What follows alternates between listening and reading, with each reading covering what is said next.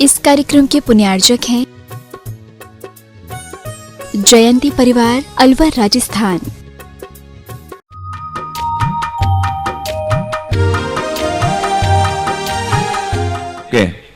टीकमगढ़ से हैं और पूज्य गुरुदेव के पाद प्रक्षालन का सौभाग्य अर्जित कर रहे हैं। अब मैं बुला रहा हूं नरेंद्र कुमार जी पुष्पाबाई, जो पूज्य मुनिवर नीरज सागर जी महाराज के गृहस्थ अवस्था के माता पिता हैं। साथ ही उनके चाचा जी गृहस्थ अवस्था के नीलेंद्र कुमार जी, प्रतिभा जैन जी और सुरेश चंद्र आशाबाई बुआएं और पूज्य गुरुदेव के पाद प्रक्षालन का सौभाग्य अर्जित करें।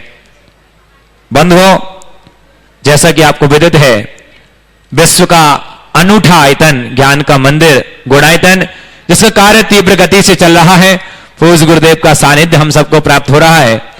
और निवेदन है कि बंधुओं, आप भी जुड़िए गुणायतन से और अपने जीवन का सर्वोत्कृष्ट लगाइए।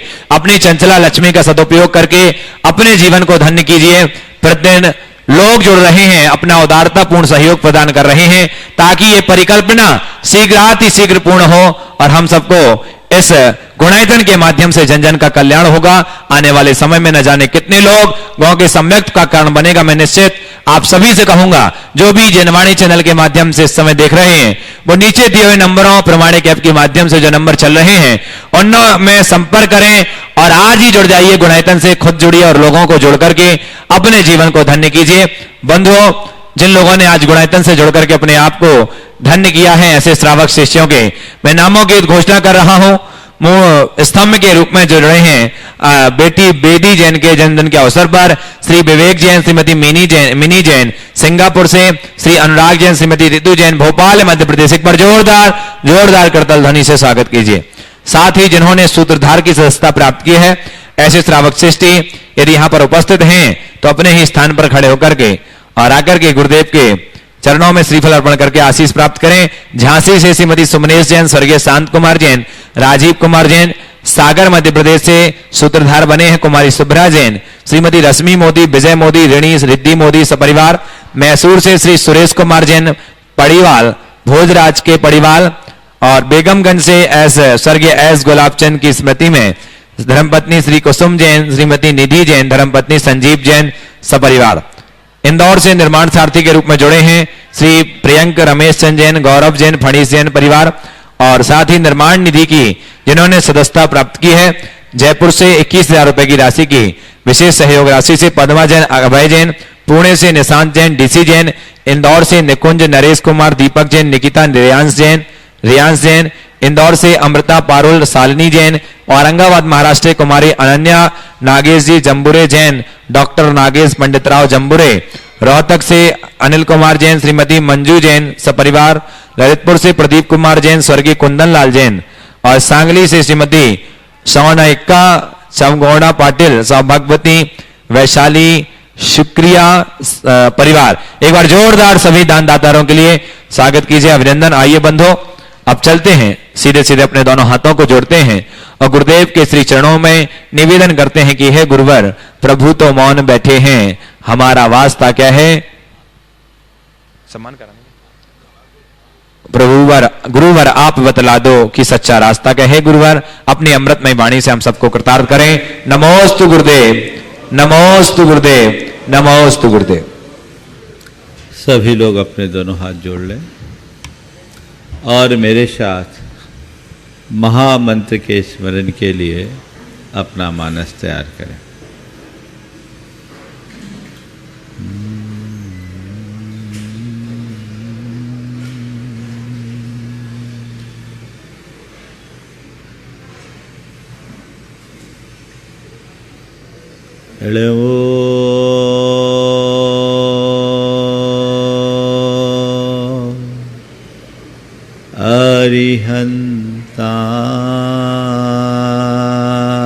अरिहन्ताणं नमो अरिहन्ताणं नमो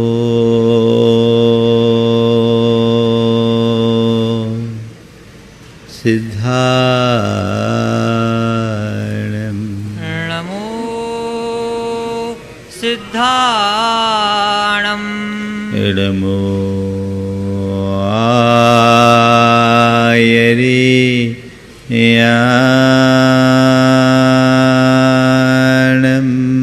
नमो आयर्याणम् नमो वज्रायाणम् नमो वज्रायाणम् नमो लोये सवसाहुनम् नमो लोये सवसाहुणम् एषो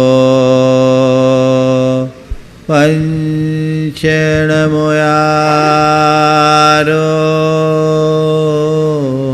एषो पञ्चणमो यारो सवपावपणाशिनो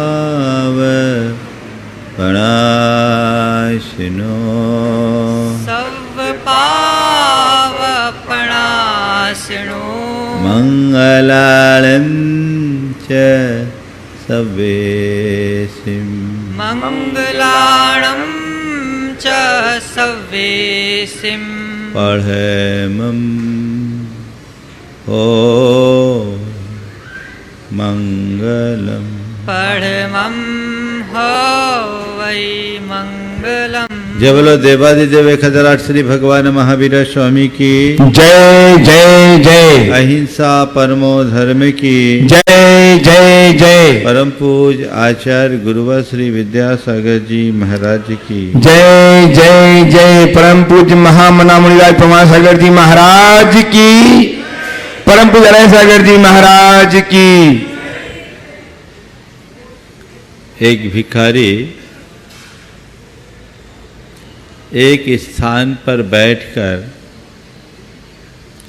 वर्षों से भीख मांगता चला आ रहा था।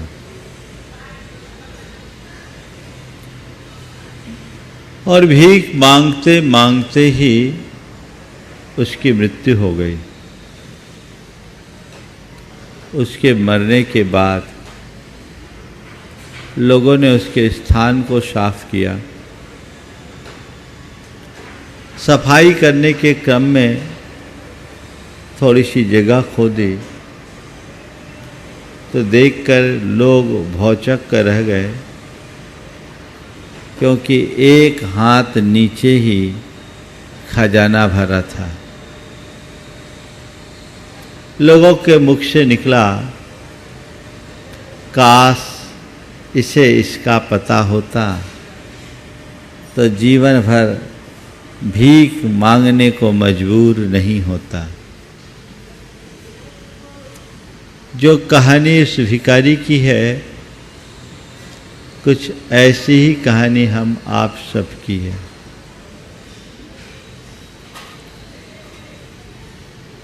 हमारे पास भी अक्षय निधि है, अपार खजाना है, लेकिन फिर भी सब उसके भिखारी बने हुए हैं, क्योंकि पता नहीं कि मैं कौन हूँ, मेरे पास क्या है।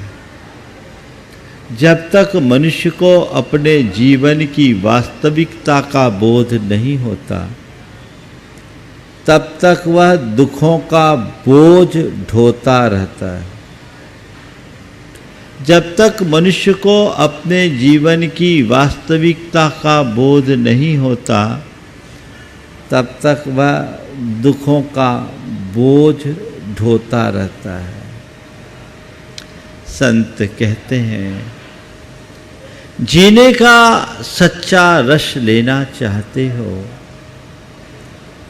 तो तुम जानो कि आखिर तुम हो कौन, तुम्हारी वास्तविकता क्या है, तुम्हारी स्थिति क्या है और तुम्हारी परिणति क्या है। जब तक तुम इसे नहीं जानोगे, इसे नहीं पहचानोगे, यथार्थता अपना जीवनोत्थान नहीं कर सकते। बात आचार्य कुंद की चल रही है। उन्होंने कहा कि मुक्ति चाहिए तो सम्यक दर्शन होना चाहिए, सम्यक ज्ञान होना चाहिए और सम्यक चारित्र होना चाहिए। सम्यक दर्शन की चर्चा लगातार चली। आज दूसरे क्रम में ज्ञान की बात है। ज्ञान की जब कभी चर्चा आती है तो हर व्यक्ति अपना ज्ञान बघारने लगता है। ऐसा कोई व्यक्ति संसार में नहीं है जिसके पास ज्ञान नहीं है ना? है? ज्ञान तो आपके पास है, लेकिन हमारी स्थिति क्या है? ज्ञान होना, ज्ञान पाना, ज्ञान देना और ज्ञान का लाभ उठाना, चार स्थितियां हैं। तुम्हारे पास ज्ञान है ना? सबके पास ज्ञान है, और जो तुम्हारे पास ज्ञान है वही ज्ञान तुम औरों को दे भी रहे हो। कौन सा ज्ञान है? थोड़ा अपने ज्ञान की पड़ताल करो। हाँ, कौन सा ज्ञान?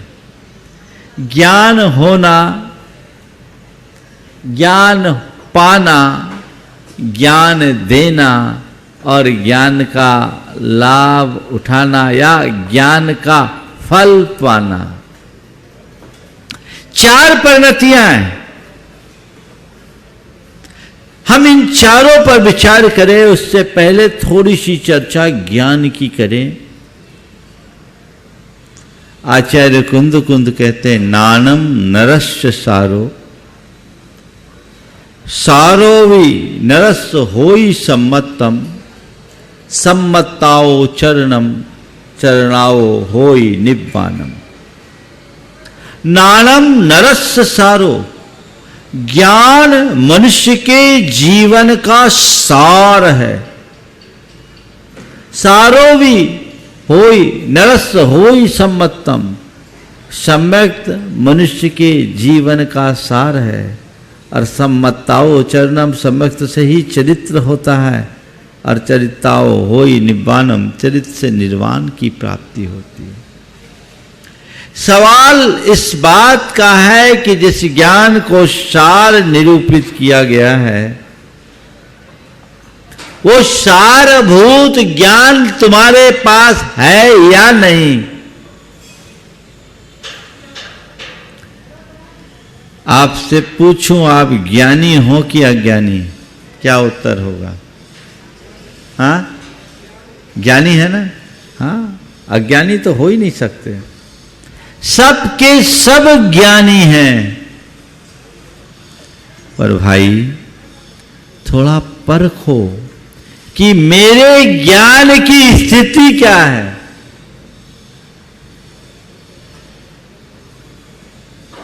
मेरे ज्ञान की स्थिति क्या है? किसको हम ज्ञानी कहें?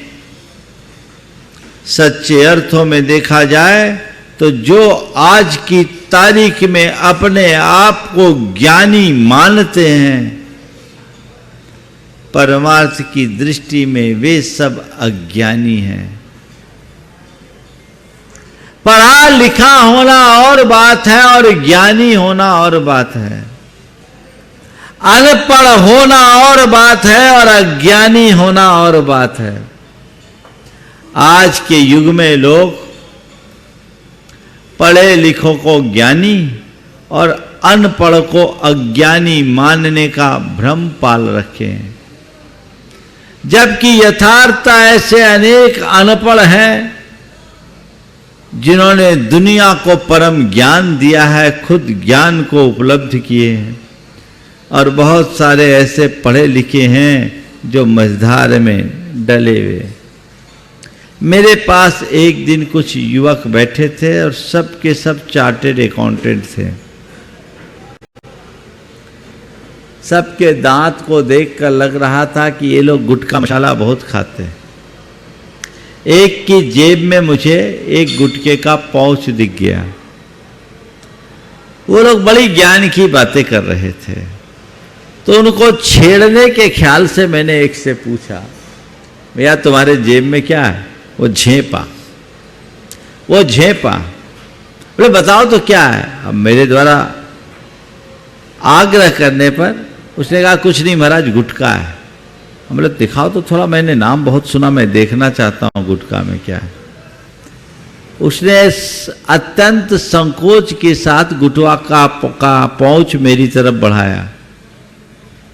मैंने उस गुटके को देख के उनको दिखाया, बोले देखो इसमें नीचे क्या लिखा है।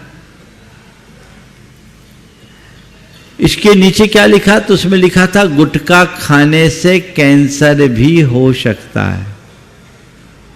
पलट कर देखा तो अंग्रेजी में भी यही बात लिखी थी, इंजीरियस फॉर हेल्थ। फिर एक बिच्छू का निशान भी बना था। बोले ये क्या है? बोले महाराज ये खतरे का निशान है। तुम लोग पढ़ा? बोले पढ़ा। तो तुम लोग पढ़े लिखे हो? बोले हाँ महाराज पढ़े लिखे हैं। पढ़े लिखे हो? हाँ महाराज पढ़े लिखे हैं। हम बोले जब तुम पढ़े लिखे हो तो फिर जहर को मुंह से क्यों लगा रहे हो? तुम कहते हो कि हम पढ़े लिखे हैं, तुम मानते हो अपने आप को कि हम पढ़े लिखे हैं, तो भाई मेरे जब तुम पढ़े लिखे हो तो ये जहर क्यों अपने पास रखे हो? इससे अच्छा तो अनपढ़ बनाना अच्छा था। हमने उनको मजाक में कहा क्यों अपने बाबूजी का पैसा खराब किए भैया इतना पढ़ लिखने के लिए, इससे अच्छा तो तुम अपढ़ रहते। जो दिख रहा है कि गुटखा खाने से कैंसर भी हो सकता है, फिर भी चबाए जा रहे हो। सिगरेट पीने से सिगरेट पीना स्वास्थ्य के लिए नुकसानदायक है, injurious for health her cigarette पे लिखा रहता, फिर भी तुम पिए जा रहे हो। तो तुम्हारे पढ़े लिखे होने का क्या मतलब? अब मैं आपसे पूछता हूं, क्या ऐसे व्यक्ति ज्ञानी कहलाने के अधिकारी हैं? समझ में आ गई बात? कौन है ज्ञानी पाने का अधिकारी, ज्ञानी कहलाने का अधिकारी? जो केवल जाने वो ज्ञानी नहीं, अज्ञानी। जो जानने के साथ माने वही सच्चा ज्ञानी। जानना और बात, मानना और बात। हम जानते हैं पर मानते नहीं हैं, उसको अंदर से स्वीकार नहीं करते। यथार्थता जो वास्तविकता है उसका हमें ज्ञान होना चाहिए। हमने आत्मा और अनात्मा की पहचान कर ली, सार और असार का ज्ञान कर लिया, कर्तव्य और अकर्तव्य का भान कर लिया, तत्व और तत्व को पहचान लिया, फिर उनमें रम रहे हैं, तो ज्ञानी है या अज्ञानी? हाँ? बोले तेरा ये ज्ञान जड़ ज्ञान है, शब्द ज्ञान है, तू शब्दों से तो बता रहा है लेकिन अभी तेरे जीवन में कुछ घटित सा नहीं हुआ। एक व्यक्ति अर्थशास्त्र पढ़ ले तो करोड़पति बन जाएगा क्या? बोलो। इकोनॉमिक्स पे पीएचडी कर ले तो इतना करने मात्र से वो करोड़पति होगा? संत कहते जैसे अर्थशास्त्र पढ़ने मात्र से कोई अर्थपति नहीं होता, वैसे ही तत्व का शास्त्र पढ़ने मात्र से कोई तत्वज्ञानी नहीं होता। दरअसल हमारे भीतर का मोह भाव ही अज्ञान है, और जिसके चित्त में ये मोह भाव हावी है वह सब अज्ञानी है। एक अज्ञान वो है जिससे हमें कुछ पढ़ने लिखने में नहीं बनता, और एक अज्ञान वो है जो हमें कुछ समझने स्वीकारने नहीं देता। अपढ़ अनक्षर व्यक्ति का उद्धार हो सकता है, लेकिन पढ़े लिखे समझदार व्यक्ति भी जो जानकर अनजान बने हैं उनका कभी उद्धार नहीं हो सकता। मेरे भीतर ज्ञान की प्रबल पिपासा होनी चाहिए, और जितना ज्ञान है उसके अनुरूप अपने जीवन को आगे बढ़ाने का भाव होना चाहिए। कदाचित नहीं भी बढ़ा पाए तो इस बात का एहसास बने रहना चाहिए कि मैं कहाँ पिछड़ रहा हूं, मेरी क्या कमी है। इस अर्थ में देखें तो पूरा संसार अज्ञानियों की जमात है, लेकिन वो अज्ञानी अपने आप को अज्ञानी माने तब तो। अभी आपको अगर कह दूं कि आप सब अज्ञानी हो तो बुरा लगेगा कि नहीं लगेगा? शायद मेरे कहने से नहीं लगेगा, क्योंकि मेरे सामने तो आप ही लोग बड़े भोले बन जाते हैं, महाराज हम अज्ञानी प्राणी, हमसे कुछ गलती हो गई तो माफ कर देना, हम तो अज्ञानी है ना। एक बार एक सज्जन आए, अच्छे स्वाध्यायी व्यक्ति थे, उन्होंने आकर के मुझसे कहा महाराज हमसे एक बड़ी गलती हो गई महाराज जी, हम अज्ञानी प्राणी हैं और हमसे गलती हो गई, हमको माफ कर दीजिए। तो हमने कहा भैया क्या गलती हो गई? बोले महाराज जी क्या करे, एक दिन भूख लगी सो रात में खा लिए। एक दिन भूख लगी सो रात में खा लिए। हमने कहा ये बताओ बिना भूख के कोई खाता है क्या? महाराज अब क्या बताएं महाराज, हम तो अज्ञानी प्राणी, इतनी तो समझ में नहीं आती। तो हम बोले कल से आपको पंडित जी कहने की जगह अज्ञानी कहना शुरू करें, पचा पाओगे? कैसी विडंबना है। व्यक्ति अवसर के अनुरूप अपना रंग बदल लेता है। अज्ञान मेरे भीतर पल रहा है और जब तक ये अज्ञान पलेगा हम दुखी बने रहेंगे। सच्चे अर्थों में ज्ञान क्या है? भेद विज्ञान ही ज्ञान है।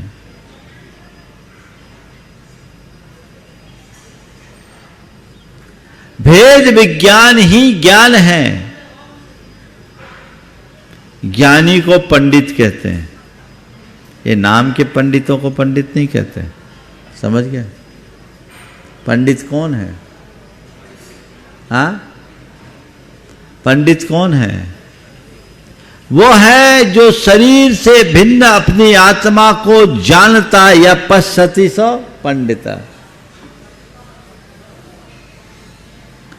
पाषाणेषु यथा हिम दुग्ध मध्य यथा कृतम सोयम आत्मा शरीरेषु यह पश्यति स पंडित।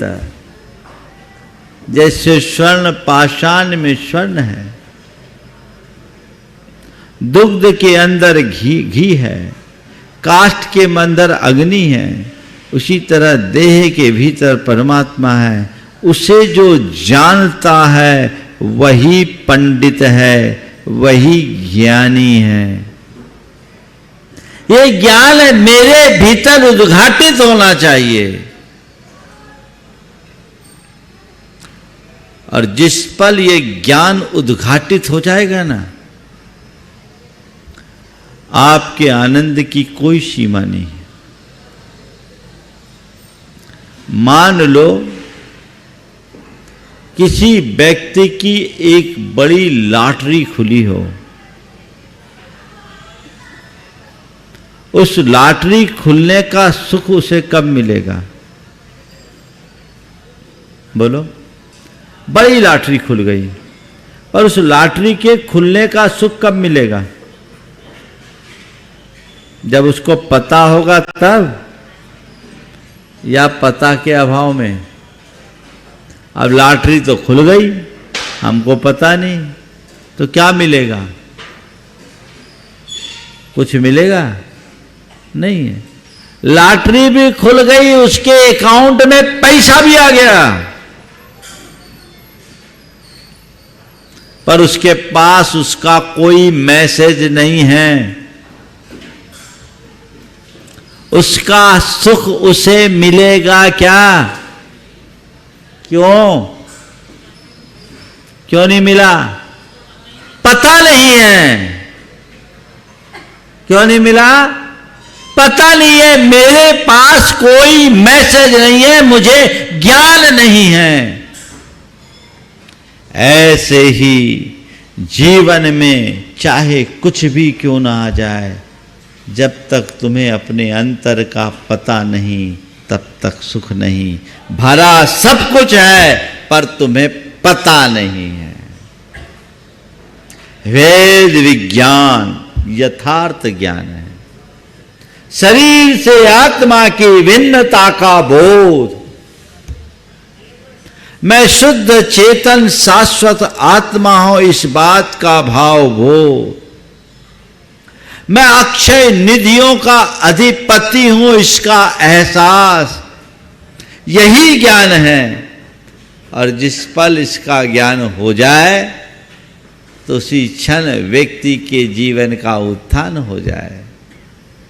कोई पता ही नहीं, हम हैं कुछ और अपने आप को मान कुछ रहे हैं, तब तक जीवन में आनंद नहीं। हम जो हैं वैसा अनुभव करे तभी आनंद है। 1 करोड़पति व्यक्ति का बेटा 4 साल की उम्र में खो गया, और एक साधारण आदमी ने उसे पाला। साधारण आदमी ने पाला, वो जिनके बीच रहा, उनके बीच रहकर अपने आप को वैसा ही मानता रहा। उसकी दुनिया में वे ही उसके माँ बाप थे। 16 वर्ष बीत गए। एक दिन उसके असल माता पिता की नजर उस पर पड़ी, और मां की जैसी दृष्टि उस पर पड़ी, उसका आंचल भीग गया, दुग्ध बहने लगी। गौर से देखा, ये तो हमारा बेटा प्रतीत होता है, ये तो हमारा बेटा प्रतीत होता है। अपने पति देव से कहा, देखो इसको देखकर आज मेरे आंचल में दूध उमड़ रहा, आखिर ये कौन है? आखिर, और चेहरा भी ऐसा लगता है जैसे मेरा बेटा है। जिनके बीच वो बेटा पल रहा था उनसे पूछा गया, बोले हमें नहीं मालूम, हमें तो ये अनाथ घूमता मिल गया था, हमने इसे पाला है। बेटे से पूछा, भैया बोलो। बोले मेरे माँ बाप तो यही, हमने जब से होश संभाला ही नहीं माँ बाप के रूप में देखा। तो माँ बाप ने कहा, बेटा हमें याद है, हमने बचपन में तेरे नाम का गुदना लिखाया था, उसमें तेरा नाम लिखा था प्रभु। देख तेरे दाहिने हाथ में यदि प्रभु लिखा है तो तू मान कर चल, तो इनका बेटा नहीं मेरा प्रभु है। तो अपने दाहिने हाथ को दिखा जरा। दाहिना हाथ दिखाया तो उसमें प्रभु लिखा था। बोला देख अब तो तेरी पहचान हो गई, तू प्रभु है, तो असल बेटा हमारा इनका नहीं। चल तू मेरे साथ चल, अपनी विरासत को संभाल, हमारे पास कोई भोगने वाला नहीं, अपार धन है, इसका स्वामी तू है। अभी तक तो तू अपने आप को फटेहाल स्थिति में महसूस कर रहा था, लेकिन असल स्वामी तू है। जैसी बेटे को पता चला कि मेरे असल माँ बाप ये हैं, उसी पल से उसके चेहरे का रंग बदल गया। उसने अपना पालन पोषण करने वाले माँ बाप की ओर देखा तो उन्होंने भी कहा, भाई हम नहीं, असल माँ बाप तो यही हैं, अब तुम देख लो तुम्हें क्या करना है। उसने अपने पालन पोषण करने वाले माँ बाप से क्षमा मांगा और कहा, आपने मुझे पाल पोस कर बड़ा किया, खड़ा किया, इसका मैं आभार व्यक्त करता हूँ, लेकिन अब मुझे पहचान हो गई है कि मेरे असली माँ बाप कौन है। अब मैं केवल उनकी ही शरण स्वीकारना चाहता हूँ, मुझे केवल उनके ही पास रहना है, उनके ही साथ रहना है। पासा पलट गया। आचार्य कुंद कुंद कहते, तुम सब प्रभु हो पर भटके हो, तुम्हें अपनी प्रभुता का पता नहीं। दीनहीन भिखारी बन करके अपना जीवन बिता रहे हो, तुम कंगाल और फटेहालो जैसा अपना जीवन जी रहे हो। यथार्थ में आज भी तुम करोड़पति हो, माला माल हो, उसे तो पहचानो। तुम प्रभु हो, प्रभु जानो, पहचानो, बुझ। जिस दिन तुम्हें अपने भीतर की प्रभुता का एहसास हो जाएगा, जिस दिन तुम्हें अपने स्वरूप का असली परिचय हो जाएगा, उसी दिन तुम्हारे जीवन की दिशा और दशा सब कुछ बदल जाएगी। अपने स्वरूप को पहचानो, मैं कौन हूं, और इसी पहचान का नाम ज्ञान है। तो ऐसा ज्ञान हो, ऐसा ज्ञान पाओ तो कल्याण है। अभी कौन सा ज्ञान है? बातों का ज्ञान बहुत है ना? ज्ञान है, ज्ञान नहीं है ऐसी बात नहीं है, लेकिन किताबी ज्ञान है, किताबी ज्ञान। एक बार एक सज्जन आए, उन्होंने पूछा, महाराज जी आपने समय सार पढ़ा? मैंने पढ़ा। कितनी बार पढ़ा? तो मैंने कहा भाई एक बार गुरुमुख से पढ़ा, एक बार अपने से पढ़ा। महाराज आपने 2 ही बार पढ़ा?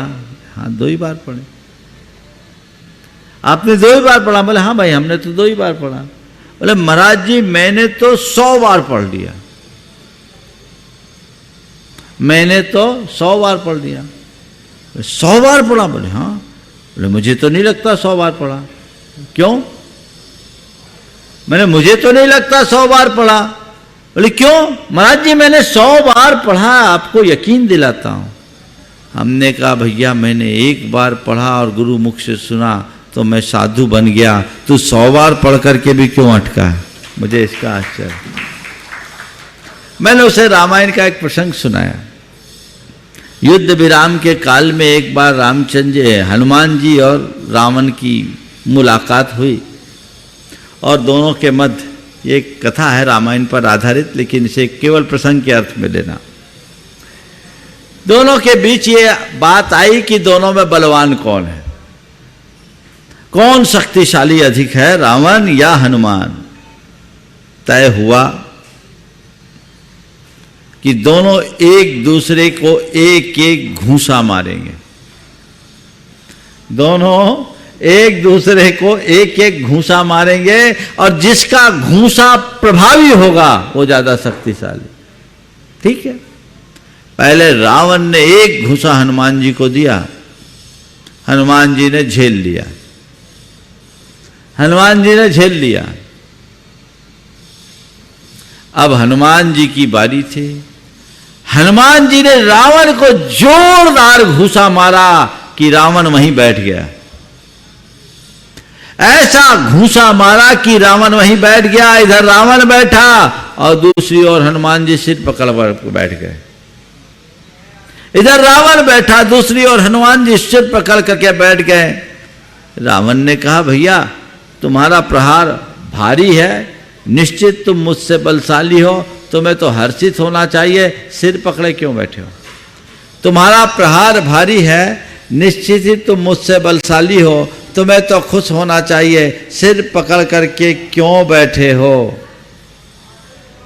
तो हनुमान जी ने कहा मुझे तो दुख इस बात का है कि मेरे घूंसे के बाद भी तुम जिंदा कैसे हो।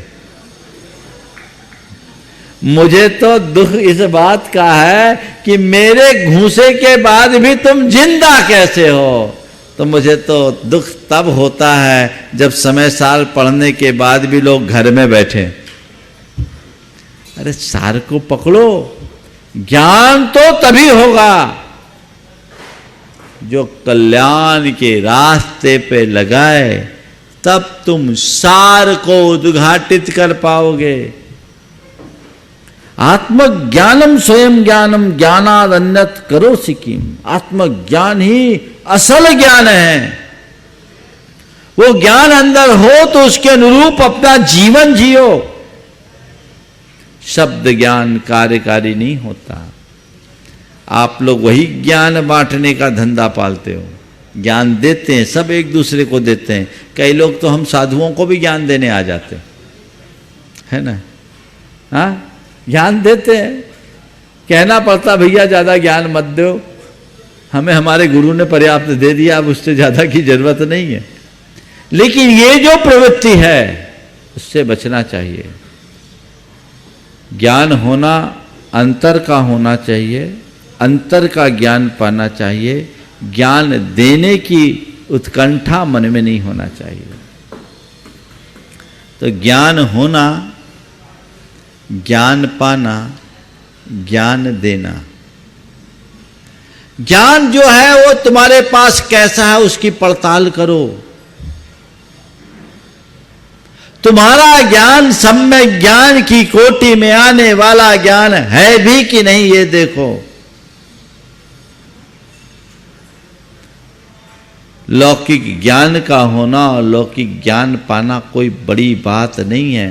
थोड़े परिश्रम से मनुष्य बड़ा बड़ा ज्ञान प्राप्त कर सकता है, और न केवल ज्ञान प्राप्त कर सकता है, उनके साथ उपाधियां और डिग्रियां भी पा सकता है।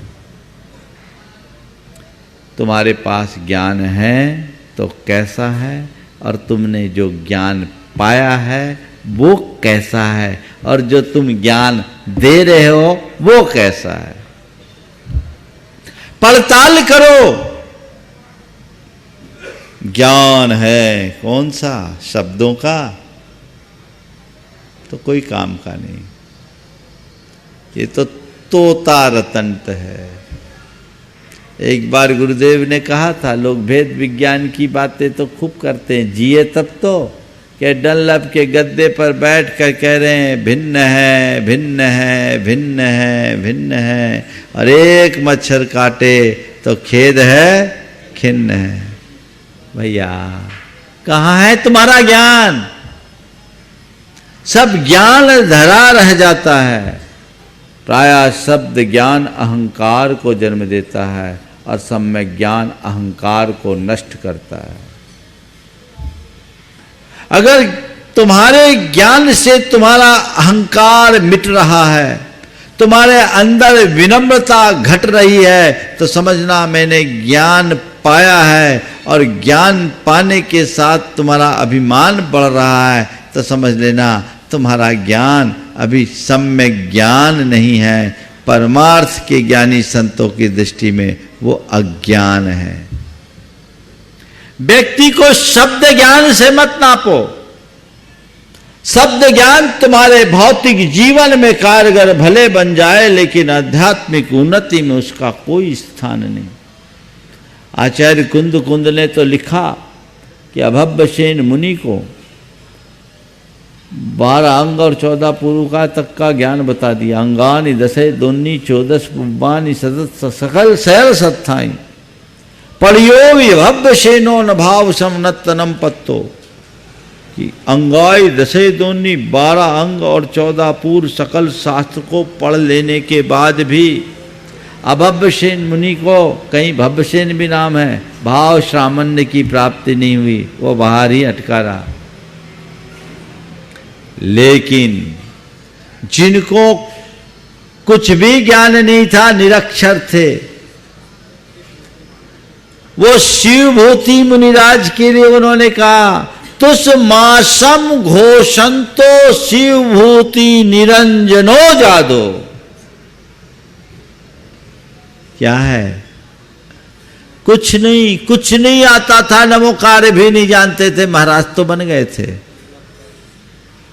भोले भंडारी, गुरु ने उन्हें बहुत सारा मंत्र दिया, पर वो मंत्र भी भूल गए। तो गुरु ने कहा चल तुझे ध्यान का एक मंत्र देता हूं, उसे ध्या। बोले कौन सा? बोले स मा त्वम, स मा त्वम, जो दिख रहा है वो तुम नहीं हो। अब ये स मा त्वम 3 शब्दों का मंत्र भी नहीं जान पाए। 3.5 अक्षर, 3.5 अक्षर का मंत्र नहीं जान पाए, और निकले आहार के लिए। आहार चर्या को निकले वे महाराज भूल गए। आहार में देखते हैं एक महिला तालाब के किनारे उड़द और उसके छिलके को अलग अलग कर रही है। संस्कृत में उड़द को मांस बोलते और उसके छिलके को तुस। और वो आहार को निकलने वाले महाराज सब भूल के वहां खड़े हो गए और पूछ रहे हैं भाई बताओ तुम कर क्या रही हो, तुम क्या कर रही हो? आप बोलोगे कैसे महाराज थे, देखो इतना भी नहीं पता, आहार के समय किसी से बोला नहीं जाता। आज के ज्ञानी कुछ ऐसे ही बोलेंगे। वो पूछ बैठे, बस तुम क्या कर रही हो? बोले क्या बताओ? तुष्मासम भिन्नामि। तुष यानी छिलके को और मांस यानी दाल को, मैं उड़द को अलग अलग कर रही हूं। और यही तो मेरे गुरु ने मुझसे कहा था। तुष यानी शरीर और मांस यानी आत्मा। तुष्मास भिन्नम, तुष्मास भिन्नम, तुष्मास भिन्नम। बस आहार का विकल्प त्याग कर एक ओर जाकर बैठ गए और आत्म ध्यान में निमग्न हो गए। तुष्मास भिन्नम, तुष्मास भिन्नम। वे शब्द प्रत्यय से हटकर अर्थ प्रत्यय की ओर गतिशील हो गए। ये शरीर तुझ है, आत्मा मांस है। शरीर तुझ है, आत्मा मांस है। यही भेद विज्ञान उनका कल्याण करा दिया। तो ऐसा ज्ञान हमारे भीतर हो, अंतर का ज्ञान हो, शब्दों का ज्ञान नहीं। और मेरा मानना है एक अज्ञानी को जितनी जल्दी ज्ञान होता है ना, आज के तथाकथित ज्ञानियों को नहीं। क्योंकि अज्ञानी ज्यादा दिमाग नहीं लगाता, सीधे चीजों को समझता और स्वीकार लेता है। और जो ज्ञानी होता है ना, वो बीच में ही अटका रहता है। और जो बीच में अटके रहते हैं उनका हाल मझधार में ही रहता है। मालिक ने नौकर से कहा कि मैं आ रहा हूँ 1 घंटे में, तब तक ये मटर की फलियाँ छांट के रखना, मटर के दाने छांट के रखना। बड़े मटर एक तरफ, छोटे मटर एक तरफ कर देना। लौट कर आया तो आदमी जहाँ का तहाँ कुछ भी नहीं। बोले क्यों छांट लिया? बोले नहीं मैं तो बैठा हूँ। बोले क्यों? बोले हजूर आपने कहा था बड़े एक तरफ रखना, छोटे एक तरफ रखना। मैं सोचा बीच वाले कहाँ रखूं, बीच वाले कहाँ रखूं, बस बैठा ही हूं, ना इधर ना उधर। आज सब ये बीच वाले हैं। ये ज्यादा समझदारी का फल है, इससे बचें। तो ज्ञान होना, ज्ञान पाना, अपने ज्ञान की पड़ताल करे और जो ज्ञान पाया उसकी समीक्षा करे। देखे मेरे भीतर यथार्थ ज्ञान है या नहीं, और मैंने यथार्थ ज्ञान पाया है कि नहीं। और अगर किसी को देना ही है तो यथार्थ ज्ञान दो, सम्यक ज्ञान दो, बाकी ज्ञान मत दो। वो जो ज्ञान बांटने का धंधा लोग कर रखे हैं ना, उनसे अपने आप को बचा कर रखो। और आखिरी है ज्ञान का फल पाना। नानस्य फलम किम? उपेक्षा, उपेक्षा। विषयों से विरक्ति, विषयों के प्रति अलगाव का भाव। अगर तुम्हारे अंदर ज्ञान है तो आचार्य कुंद कुंद कहते हैं, अर्हन्ते सुभक्ति सम्मतम दंसनेन सुविशुद्धम शीलम विषय विरागो नानम पुण्य के ऋषो होदु। अरहंत भगवान के प्रति शुभ भक्ति सम्यक्त है जो दर्शन से विशुद्ध है, और शील विषय से वैराग का नाम है, और ज्ञान इन दोनों का समवेत रूप है। तो मुझसे पूछो ज्ञान का फल क्या है, तो भक्ति और वैराग्य। अगर तुम्हारे अंदर ज्ञान बढ़ा है तो अंतरंग की भक्ति बढ़नी चाहिए, तुम्हारे हृदय में वैराग्य बढ़ना चाहिए। भक्ति और वैराग्य बढ़ा है तो समझना मैंने ज्ञान का कुछ फल पाया है। और वह सब नहीं बढ़ा तो सब बेकार है, निस्सार है। तो ज्ञान का फल भक्ति और वैराग्य, विषयों की उपेक्षा, उनसे दूर रहने का मनोभाव, उनसे बचने का भाव, ये अंदर जगना चाहिए, ऐसा घटना चाहिए। इसके घटते ही जीवन का कल्याण हो जाए। अपने मन से पूछो, रोज प्रवचन सुनते हैं, कुछ ज्ञान मिलता है कि नहीं? लोग मुझसे कहते हैं महाराज आपके प्रवचन से बहुत ज्ञान मिलता है ना? हालांकि मैं ज्ञान बांटता नहीं हूं, मैं तो ज्ञान को जीता हूं और आप सबको जीने की प्रेरणा देता हूं। आप कहते हो महाराज रोज प्रवचन सुनते बहुत ज्ञान मिलता है, तो ज्ञान तो मिला, किया क्या? किसी व्यक्ति ने करोड़ों धन पा लिया, करोड़ों का धन पा लिया और ले जाके घर में रख दिया, तो उस धन का कोई फायदा है? बोलो, धन का फायदा कब है? जब तुम उसका उपभोग करो, और ज्ञान का लाभ तब है जब तुम उसका उपयोग करो। बात समझ में आई? धन का लाभ तब है जब तुम उसका उपभोग करो, और ज्ञान का लाभ तब है जब उसका उपयोग करो। ज्ञान तो पाए, उपयोग कर नहीं रहे।